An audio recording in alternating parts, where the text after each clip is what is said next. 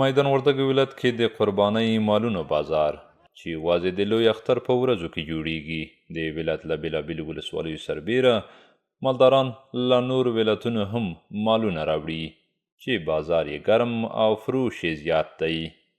بازار د همدغه د اختر شپو کې غیر له اختر نه دلته مالونه نه خرڅېږي. د اختر ته درېیمې اول او دویمه درېیمه ورځ پورې دلته مالونه دي او راځي او دلته خرڅېږي، خریداران هم راځي او د مالو والا هم راځي دلته مالونه راولي. دا مالونه خو وروره دا د جلیز له درې نه راوړي، د نرخ درې نه راوړي، د وردګو له درې نه راوړي. ډېر دوستان وروره له بامیانو له از د غزني نه هر ځای نه راوړي دلته.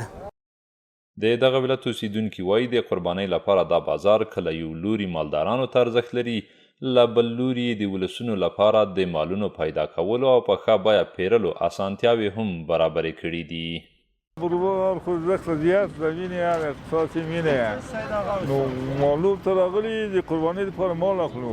دا وخت د اختر په ورځ کې بیروبار خو دې کې ګمګو شي. دا مالونه راځي او همدلته مشتریان راځي خپل د قربانۍ لپاره خپل مال او هغه اخلي.